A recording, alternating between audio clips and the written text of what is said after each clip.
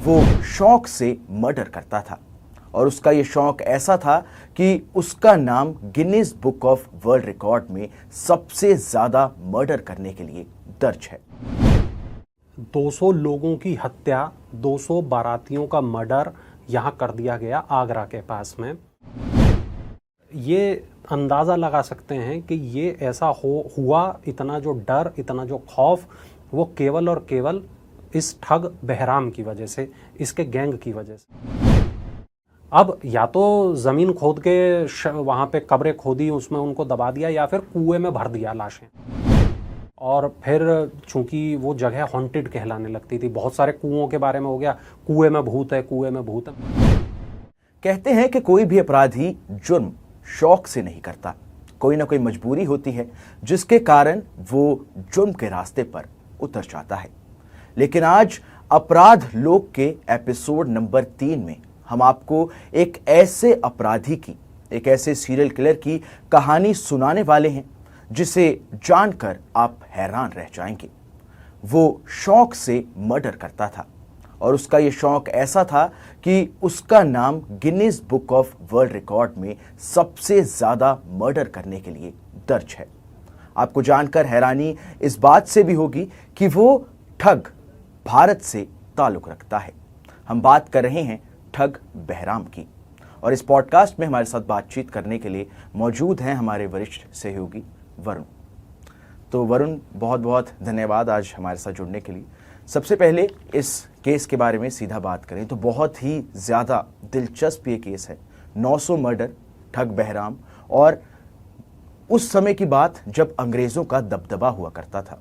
तो क्या ये किस्से थे, कैसे ये किस्से शुरू हुए, ठग बहराम कौन था, ज़रा हमारे दर्शकों को बताइए।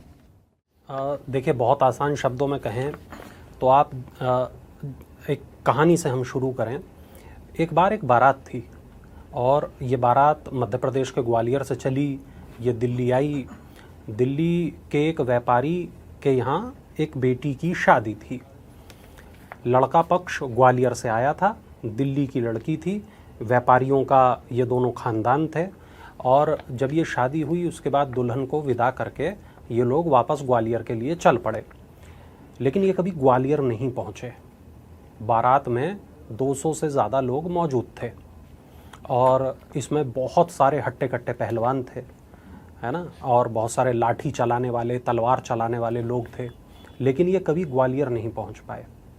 और ऐसा इसलिए हुआ क्योंकि आगरा के पास इस पूरी बारात को लूट लिया गया। न केवल लूट लिया गया, सारे लोगों को जान से मार दिया गया। न केवल जान से मार दिया गया, ये पूरी बारात गायब कर दी गई। अब आप सोचें कि 200 लोगों की हत्या, 200 बारातियों का मर्डर यहाँ कर दिया गया आगरा के पास में।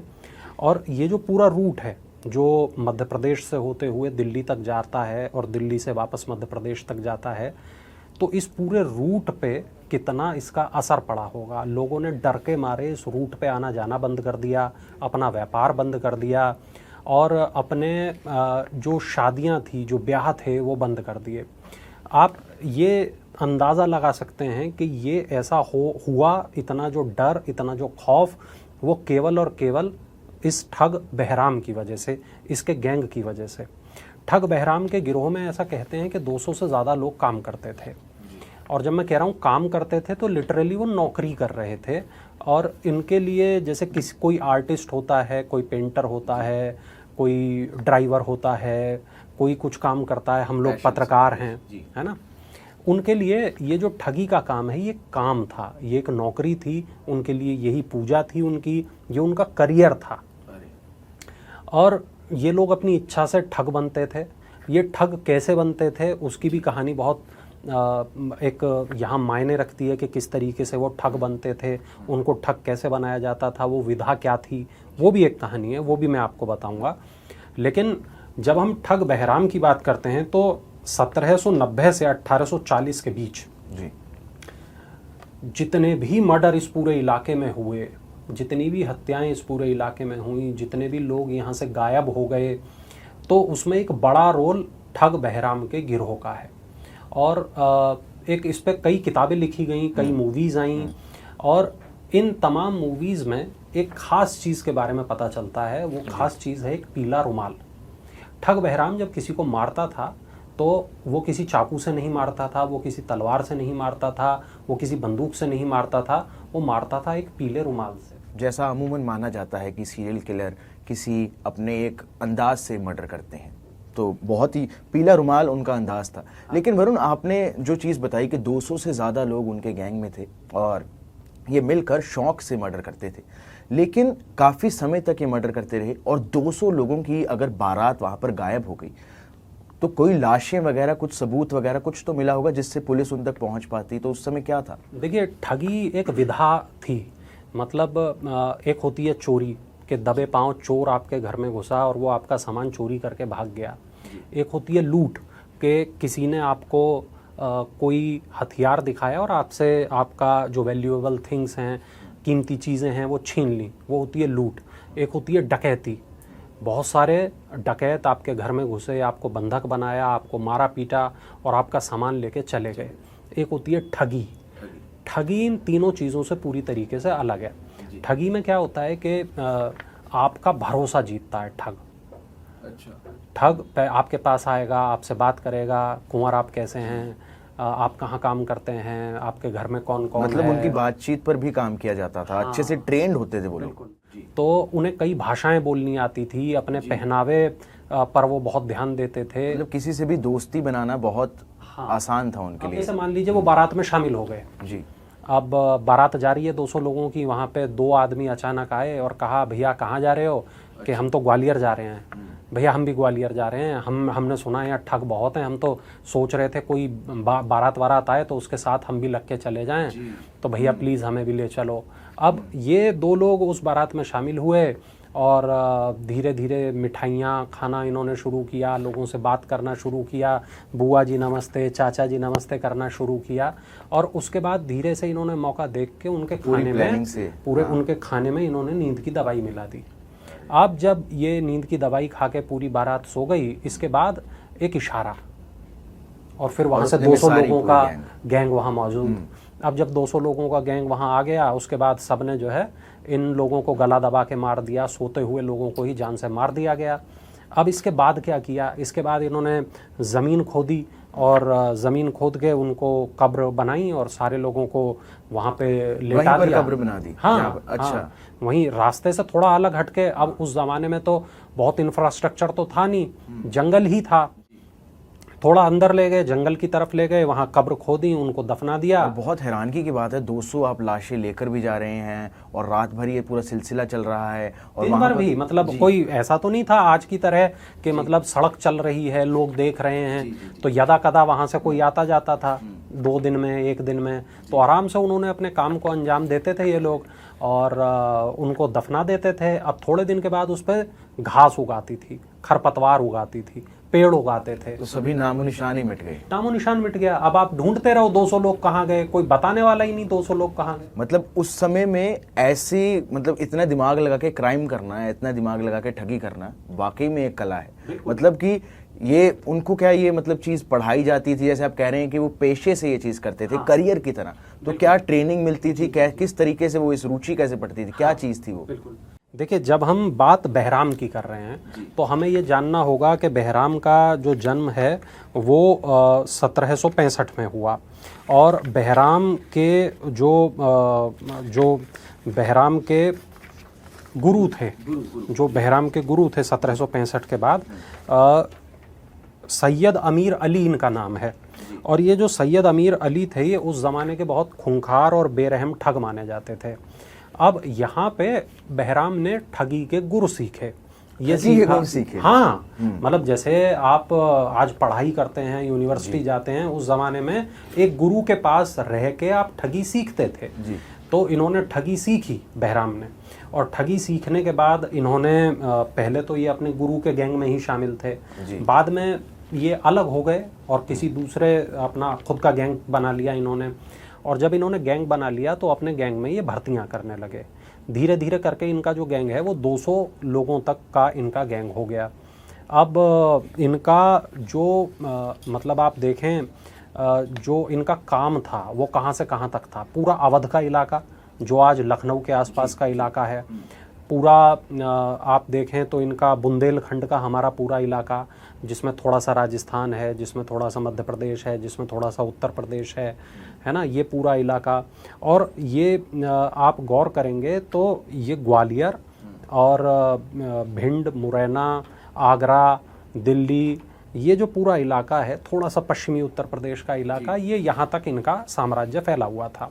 अब यहाँ से जितने भी लोग आते थे, जाते थे, यहाँ पे इस रूट पे अपना व्यापार करते थे, वो सारे लोग इन डाकुओं से परेशान थे। मैं तो केवल बहराम की बात कर रहा हूँ, एक गैंग की हम बात कर रहे हैं आज, लेकिन उस ज़माने में ऐसे सैकड़ों गैंग थे। बंगाल में अलग गैंग थे, आपका पूर्वांचल में अलग गैंग थे, बिहार में अलग गैंग थे, है ना, दिल्ली में भी कुछ गैंग उस तरीके के चलते थे।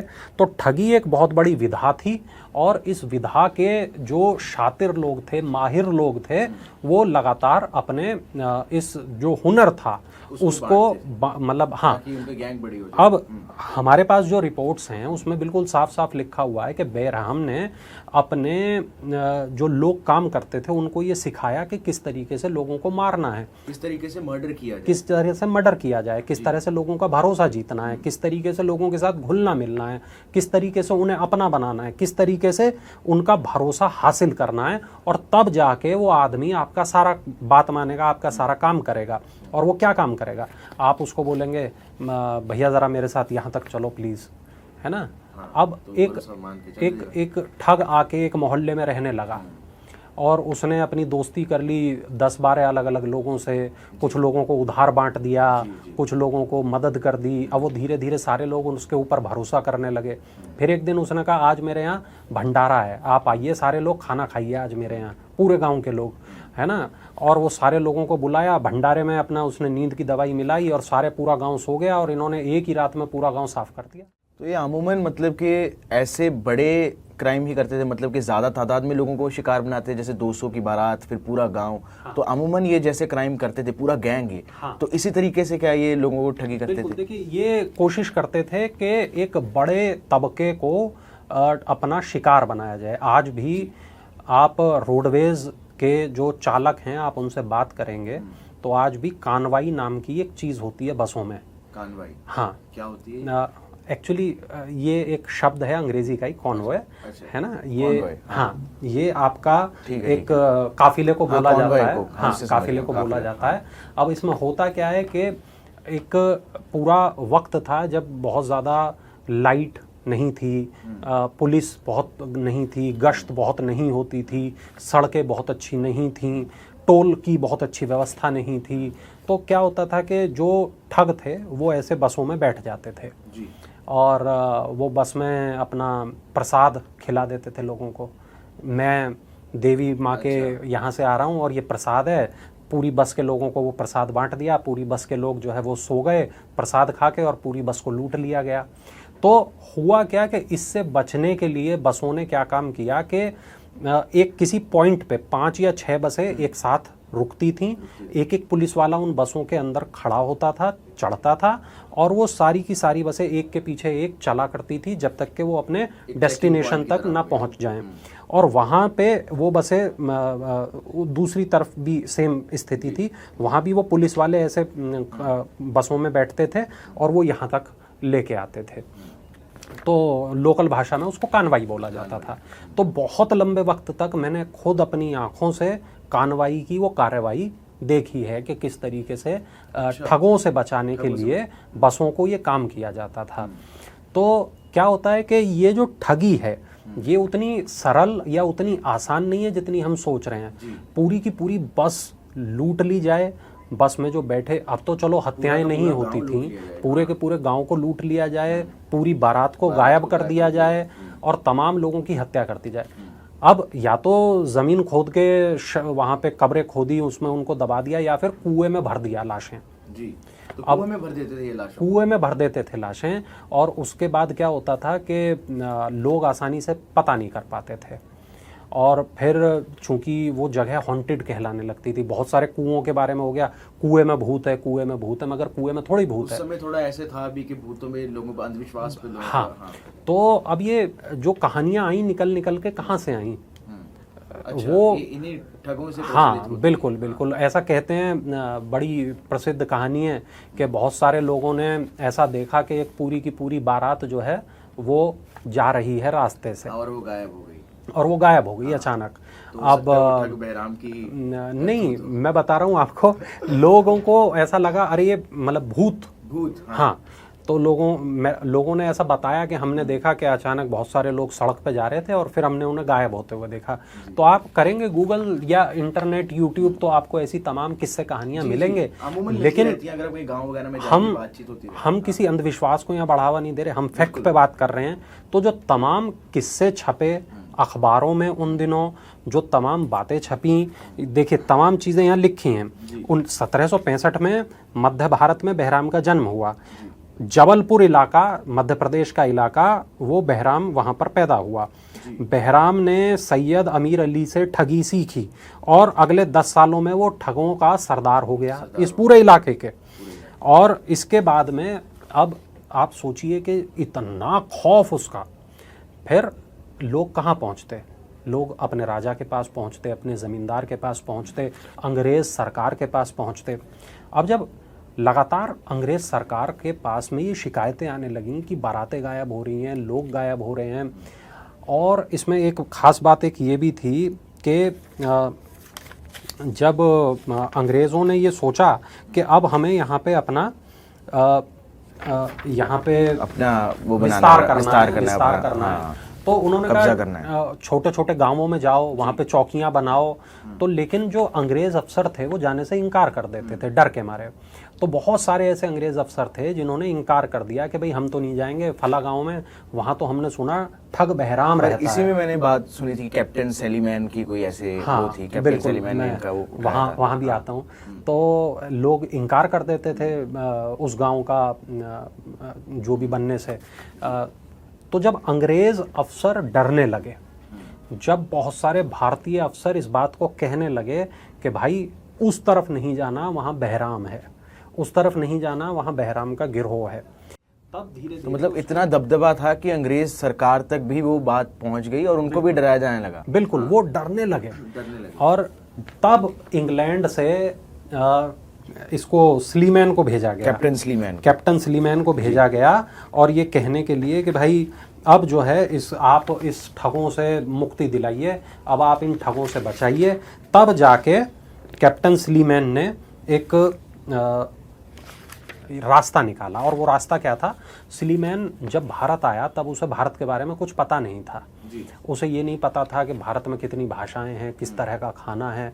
स्लीमैन सालों तक भारत में रहा, भारत के लोगों से मिला, वो गांव से गांव घूमता रहता था। पर ऐसे भी कहते हैं कि हर शेर के ऊपर एक सवा शेर होता है, तो मतलब कि अगर शातिर वो है, बहराम है, तो स्लीमैन भी सवा शेर है। हाँ। तो उनको पकड़ने के लिए भी क्या वो पूरी कहानी रही होगी, वो चीज़ रही होगी, उसके बारे में जी बिल्कुल। तो स्लीमैन गांव से गांव घूमता रहा और उसने लोगों से दोस्ती करता रहा। जी।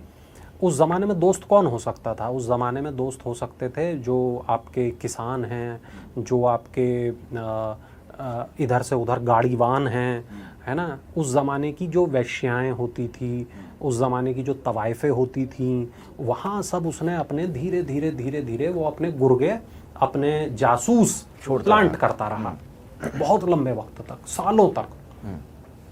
और सालों के बाद उसे कई भाषाएं आ गईं। वो अवधी बोलने लगा, वो बुंदेलखंडी बोलने लगा, वो आगरा के आसपास की ब्रज भाषा बोलने लगा, उसे कई भाषाएं आ गईं। भारत का वो खाना खाने लगा, भारत के लोगों को समझने लगा। तो जैसे कहते हैं कि in Rome do as Romans do, तो in India do as Indians do. बिल्कुल। हाँ। उसके बाद वो इंडिया के लोगों की तरह कपड़े पहनने लगा और वो ऐसी गर्मी में सो जाता था। अच्छा। है ना, गांव देहात का खाना खा लेता था, कुएं का पानी पी लेता था। उसने क्या ये एक उनकी भी रुचि थी कि वो चाहते थे कि जो बहराम है वो उन तक पहुंचे, जैसे बहराम जब क्राइम करता था तो अमूमन भरोसा जीतता था, पहुंचते थे वहां तक। क्या ये इसके पीछे ये भी सोच हो सकती है कि अगर स्लीमैन इतने शातिर थे, इसके पीछे ये भी शायद सोच हो सकती है कि किसी दिन कहीं ना आमने कहीं सामना हो, इस दिन आमना सामना हो कि बहराम ही उन तक पहुंच जाए, बिल्कुल, अगर वो नहीं पहुंच पा रहे। बिल्कुल बिल्कुल। तो उसके बाद होता यह है कि एक दिन इसको ये पता चलता है कि बहराम को ये कला सिखाई किसने, तो वो सैयद आमिर अली तक वो पहुंचता है, जो उनके गुरु थे, जो गुरु थे। हाँ। उसके बाद वो उसको पूछता है बताओ बहराम कहाँ है, तो सैयद आमिर अली को ये पकड़ लेते हैं, इनको पकड़ में। लेते अच्छा ठीक है। वो अपना मुंह नहीं खोलता। उसके बाद उसके पूरी फैमिली को पकड़ लिया जाता है और हाँ, उसके बाद उसकी फैमिली को तड़पाना अंग्रेज चालू करते हैं। फिर वो अपनी फैमिली का वो हाल देख नहीं पाता, वो अपना मुंह खोल देता है, बहराम का पता बता देता है। जब बहराम पकड़ा गया तब उसकी उम्र 75 साल के आसपास बताई जाती है। 75 साल की? हाँ, और 2 साल तक फिर कोर्ट में उसके खिलाफ मामले चलते हैं और वो पुलिस को बताता है कि 931 कत्ल उसने किए हैं। कबूल करता है 931 कत्ल? हाँ जी, हाँ जी। 931 कत्ल वो कबूल करता है। इसके अंदर से कुछ कत्ल तो ऐसे थे जो उसने अधिकतर कत्ल उसने खुद किए, मगर मोटा मोटी 931 कत्ल उसके ऊपर लगते हैं, जिसमें वो बताता है हाँ ये सब मैंने किए। वो अपना पीला रुमाल दिखाता है, रुमाल में क्या रुमाल के पीछे की कहानी भी वो बताता है? हाँ, एक सिक्का होता है उसमें रुमाल में बंधा हुआ, तो एक खास तरीके की गांठ होती है, वो आजकल प्रचलन में नहीं है। जैसे तमाम तरीके की गांठ होती हैं, रीफ नॉट होती है, ये नॉट वो नॉट, कई तरीके की गांठें होती हैं। तो उसने एक खास तरीके की गांठ बनाई और जैसे ही कोई व्यक्ति उसका प्रतिरोध करना चाहता, वो एक उस अपने रुमाल, उसके पास लंबा सा रुमाल था, वो रुमाल आज भी स्लीमैन के वंशजों के पास सुरक्षित है और अभी उनके पास सुरक्षित है। हाँ, बचा? अच्छा। हाँ, आप गूगल करेंगे आपको फोटो भी मिलेगी उसकी, और उसमें वो सिक्का बंधा हुआ आज भी मौजूद है, जिस सिक्के से वो सारे मर्डर को अंजाम दिया जाता था। और वो लोगों के गले में वो फंदा डाल देता था, उनको तब तक दबाता था जब तक के वो इंसान बेहोश ना हो जाए, वो मर ना जाए, और इस तरह वो लोगों की जान ले लेता था। 931 मर्डर। अब एक खास बात है कि अंग्रेज सरकार ने इस पूरी जो प्रोसेस थी, ये इसको पकड़ने के लिए, बहराम को पकड़ने के लिए जो प्रोसेस थी, इस एक विभाग बनाया, ठगी विभाग है ना, एक पूरा विभाग बनाया जो ठगों को पकड़ता था। उसी डिपार्टमेंट को हेड करता था कैप्टन स्लीमैन। अब जब भारत से ठग खत्म हो गए तब इसको पूरे डिपार्टमेंट को बंद नहीं किया गया, इस डिपार्टमेंट का नाम बदल दिया गया। ऐसा कहते हैं कि इसका नाम बदल के क्राइम इन्वेस्टिगेशन डिपार्टमेंट रख दिया गया, जिसको आज हम सीआईडी कहते हैं। अच्छा, तो वही वहां से शुरुआत हुई थी सीआईडी। तो आप सोचिए सीआईडी जिस तरीके से काम करती है, जिस तरीके से केस सॉल्व, तो ये तो एक बहुत ही दिलचस्प कहानी हो गई सीआईडी की नींव पर। हाँ, एक तरह से हम करें बात। तो उसी तरीके से कैप्टन स्लीमैन, मैंने बताया जैसे कि वो भारतीयों के कपड़े पहनता था, भारतीयों का खाना खाता था, भारतीयों की बोली उसने सीखी, और वो लगातार गांव से गांव पैदल पैदल घूमता रहा और वो पूरा भारतीय हो गया, और वो भारतीय लोगों की तरह सोचने समझने लगा, ठगों की तरह वो जानने लगा कि ये किस ग्रोह का काम है, ये बहराम का है कि नहीं है, ये वाला बहराम का है, तो वो सारी चीज़ें सीखने लगा। तो ये पूरी कहानी सीआईडी के बनने की भी है। और 931 कत्ल इससे पहले न कभी सुने गए थे, न कभी देखे गए थे, तो ये Guinness book of world record में ये मामला दर्ज हुआ। बहुत ही मतलब बड़ी बात है ये कि कोई सीरियल किलर 931 मर्डर करना, आज से पहले मैंने भी कभी नहीं सुना था। जब आपने मेरे से डिस्कस करा इस चीज़ के बारे में, तो मैं भी एक समय के लिए तो मैं भी हैरान रह गया था कि 931 मर्डर कोई सीरियल किलर कैसे कर सकता है। तो ये बहुत ही मतलब कि दिलचस्प कहानी थी। एक सवाल जो मेरे उसमें जहन में आ रहा था, जब बहराम को पकड़ा गया तो क्या उसके जो गिरोह था, जो 200 लोगों का जो उसका गैंग था, क्या उनको भी साथ में पकड़ा गया, या वो लोग अभी भी उसके बाद भी वो एक्टिव रहे? क्या चीज़ थी? देखिए, उसमें से अधिकतर लोग पकड़े गए, अधिकतर लोगों को फांसी पर लटका दिया गया। रिपोर्ट हमें ये बताती है साल 1838 में बहराम को पकड़ा गया। उस समय उसकी उम्र 75 साल थी। 2 साल तक बहराम के खिलाफ मुकदमा चला। 1840 में उसे मध्य प्रदेश के कटनी में एक पेड़ पर सरेआम फांसी पर चढ़ा दिया गया। मध्य प्रदेश के कटनी जिले में एक जगह है, उस जगह का नाम है सिलीमनाबाद। और सलीमाबाद, हाँ, कैप्टन स्लीमैन के नाम पर है। अच्छा। हाँ, और वहां पर स्लीमैन की याद में एक स्मारक भी बनाया गया है ना। तो कटनी में फांसी हुई ठग बहराम को। ठग बहराम के जितने भी गिरोह के लोग थे, अधिकतर लोगों को मार दिया गया, उनको फांसी पर चढ़ा दिया गया। जिनके थोड़ा छोटे अपराध थे, जो बहुत ज़्यादा हत्याओं में शामिल नहीं थे, उनको पानी के जहाज़ों में बैठाकर उनको दूर दराज के देशों में भेज दिया गया। और बहुत सारे लोगों को ऐसा सुनते हैं कि चलते हुए पानी के जहाज़ों से फेंक दिया जाता था, तो वहाँ पे अपने साथ ले जाते थे ताकि साफ सफाई का काम करेगा। अपराधियों के साथ पहले इसी तरीके का सुलूक करते थे अंग्रेज़। तो फाइनली इस तरीके पूरा खेल इनका ख़त्म हुआ और एक नया डिपार्टमेंट हमारे देश को मिला जिसको हम CID कहते हैं। एक यहाँ पे 4-5 खास चीज़ें हैं कुंवर, जो मैं आपको बताना चाहूँगा, हमारे दर्शकों को बताना चाहूँगा कि एक खास भाषा जिसमें ये आपस में बात करते थे उस समय, मतलब जब ये आपस में अपराध करने वक्त, हाँ, तो लोग ना समझ पाएं तो ये खास तरीके की भाषा में एक कोड वर्ड में बातचीत किया करते थे। उस भाषा को बोलते थे रमोसी। रमोसी, हाँ। क्या अभी भी रमोसी में बातचीत होती है? अभी रमोसी जिंदा है? नहीं, ये ठगों की भाषा थी और ठगों की भाषा, ठगों के साथ ही खत्म हो गई। तो उस भाषा को रमोसी कहा जाता था। कोड वर्ड में ये लोग बातचीत करते थे, इनकी बात कोई और समझ नहीं पाता था और इसी चीज का इनको फायदा मिल जाता था। हाँ, और ठगों के अंदर एक ये क्वालिटी भी थी, इनको कई तरीके की कलाएं आती थी। इन्हें बांसुरी बजाना आता था, तबला बजाना आता था, ये लोग अच्छे हलवाई होते थे। इनको और भी कई तरीके के वाद्य यंत्र बजाने आते थे, गाना गाना आता था, डांस करना आता था। तो इतने टैलेंटेड से तो आसानी से किसी और करियर में भी जा सकते थे, लेकिन ठगी ही चुना। हाँ, नहीं, ठीक है, शौक है, शौक की बात है, शौक बड़ी चीज है। हाँ, जी। तो इस तरह से ये लोग ठग बनते थे और ठग बनने के लिए ये इतनी सारी चीज़ों में ये पारंगत होते थे। अब एक और ख़ास बात ये है कि ये जिस फावड़े से कब्र खोदते थे, उस फावड़े को कहते थे कस्सी। कस्सी, हाँ, कस्सी कहा जाता है। और ये जो कब्र जो खोदी जाती थी उसको बोलते थे बेल। जिस कब्र खोदते थे जो उनकी, हाँ, जहाँ पर, हाँ, ठीक। तो बेल खोदने का इस्तेमाल करने के लिए कस्सी को यूज करते थे, बेल को खोदने के लिए।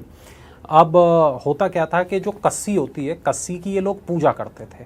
अच्छा, जैसे मतलब इनका जो औजार है, हाँ, विश्वकर्मा पे जैसे हम अपने कलम की करते हैं, तो ये कस्सी की, ठीक है।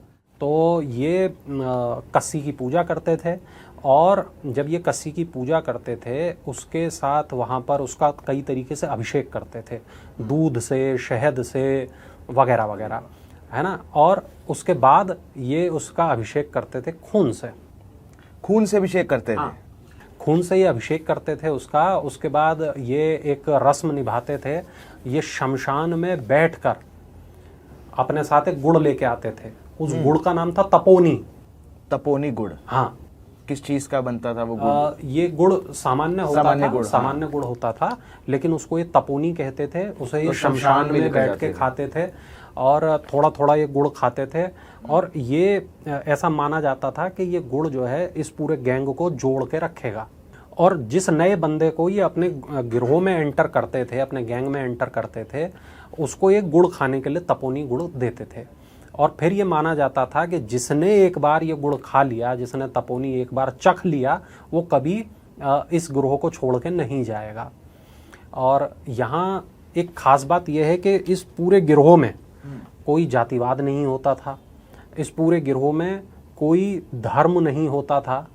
अब वैसे तो हम देखते हैं कि थोड़ा वक्त पहले भारत के अंदर जातिवाद बहुत ज़्यादा था और धर्म को लेके बहुत मारकाट की स्थिति थी, लेकिन यहाँ इस पूरे गिरोह के अंदर कोई धर्म और जाति को लेके एक दूसरे से इनका वैमनस्य नहीं था। और वो था जुर्म। हाँ, ठगी।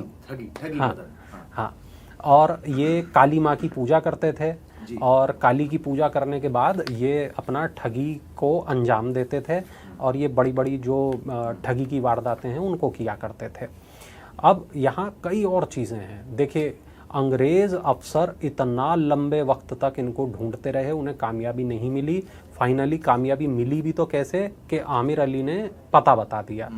पता बताने के बाद भी 5 साल तक बहराम मिला नहीं था। पता बताने के बाद भी 5 साल तक नहीं मिला। तो कुल ये वैसे कितने, जब तक मतलब स्लीमैन जब से लगे, तो मैंने सुना तब भी काफी मतलब 8-10 साल का वो पूरा वो दौरान वो लगे रहे उसमें, और उसके बाद जाके फिर मतलब पता लगने के बाद भी उनको 5 साल और लगे। हाँ, तो बड़ा तो कितनी देर का ये उनका स्लीमैन की ये जांच चलती रही? देखिए, जो रिपोर्ट्स हमारे पास हैं वो हमें ये बताती हैं कि स्लीमैन जब भारत आया उसके बाद से ही उसने इस काम को करना शुरू कर दिया, और 10 साल से ज़्यादा उसको लगा स्लीमैन को कि वो बहराम को ढूंढ पाए, बहराम को गिरफ्तार कर पाए, और इसने बहुत बड़ा एक गुप्तचरों का जाल बिछाया था। और ये जो जाल इसने गुप्तचरों का बिछाया था, तो ये टिप देते थे कि आज एक ठग आया हुआ है, एक सुराग, एक कड़ी से कड़ी जोड़ते है ना, इस ठग को हमें पकड़ना है। तो अब मान लीजिए किसी वेश्या ने ये सुराग भिजवाया स्लीमैन तक, स्लीमैन वहाँ पहुँचा, एक ठग को पकड़ा, पर उस ठग ने उगला ही नहीं कि बहराम कहाँ है, कहाँ मिलेगा, या उगल भी दिया तो स्लीमैन कभी उसे ढूंढ नहीं पाया, क्योंकि उसका ऑपरेशन का इलाका इतना बड़ा था बहराम का। तो उसके लिए स्लीमैन के लिए बहराम को पकड़ना बिल्कुल असंभव हो गया था।